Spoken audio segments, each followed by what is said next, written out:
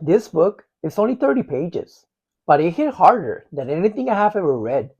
It didn't motivate me, it waked me up because it doesn't say, think positive and your life is gonna get better.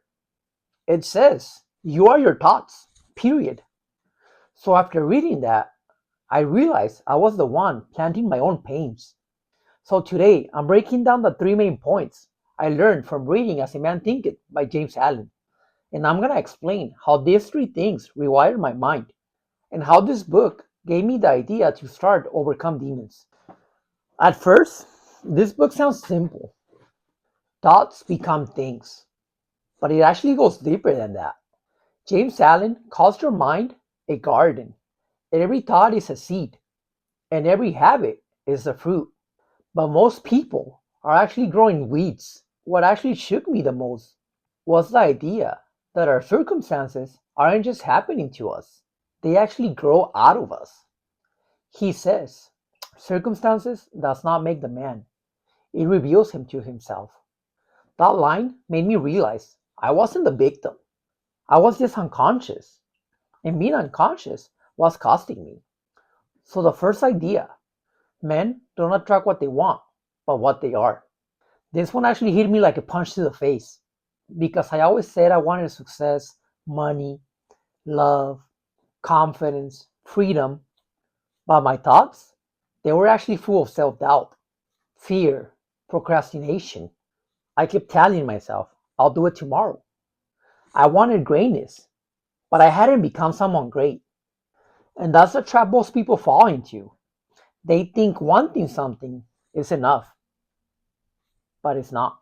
But James Allen's point is brutal. You don't attract what you say you want. You attract what you are.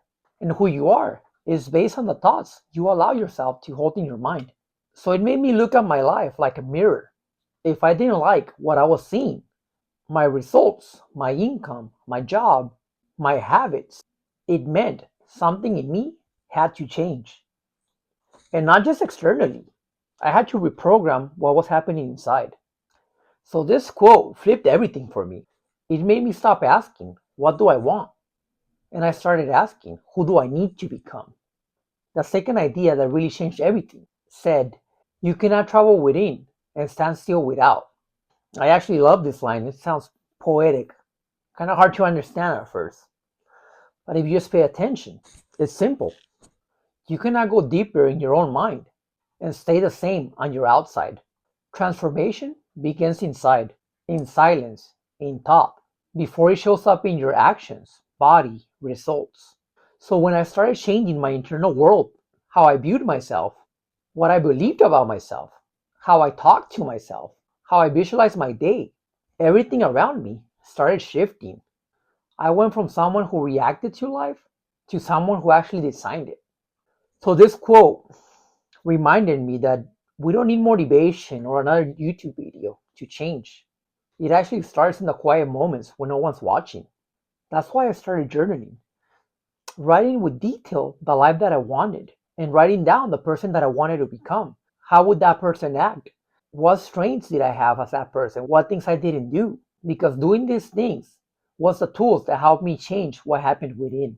If you do that consistently, if you reshape your mind daily, you cannot remain the same on the outside. It's impossible. Last point, you can visualize all you want, but until you act on a daily, you're not building character. You're just daydreaming.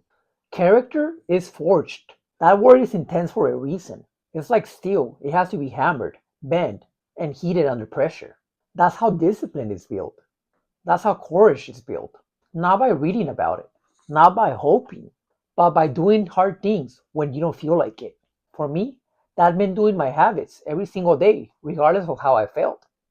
Showing up when I felt like hiding, keeping promises to myself, even when no one would know if I broke them. Greatness isn't something you're born with, it's something you earn through pain, repetition, and intention.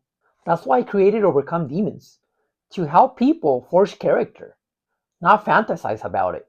After reading this book, I realized my life would never change if my thoughts stayed the same. So I did something extreme. I rewired everything. I started journaling like my life depended on it. describing exactly what I wanted and who I wanted to become.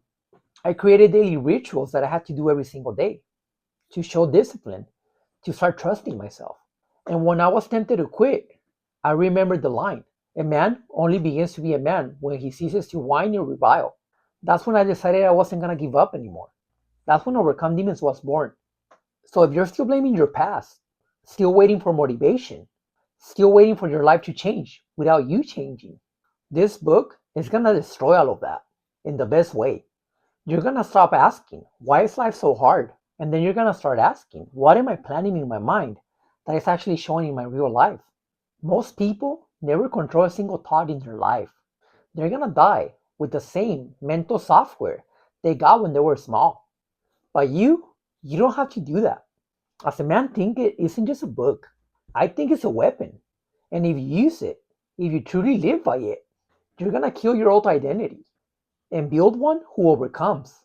If you already read this book and it changed your life, let me know in the comments. And if you're just starting, read this book, then come back and let me know what you think and what you're going to change.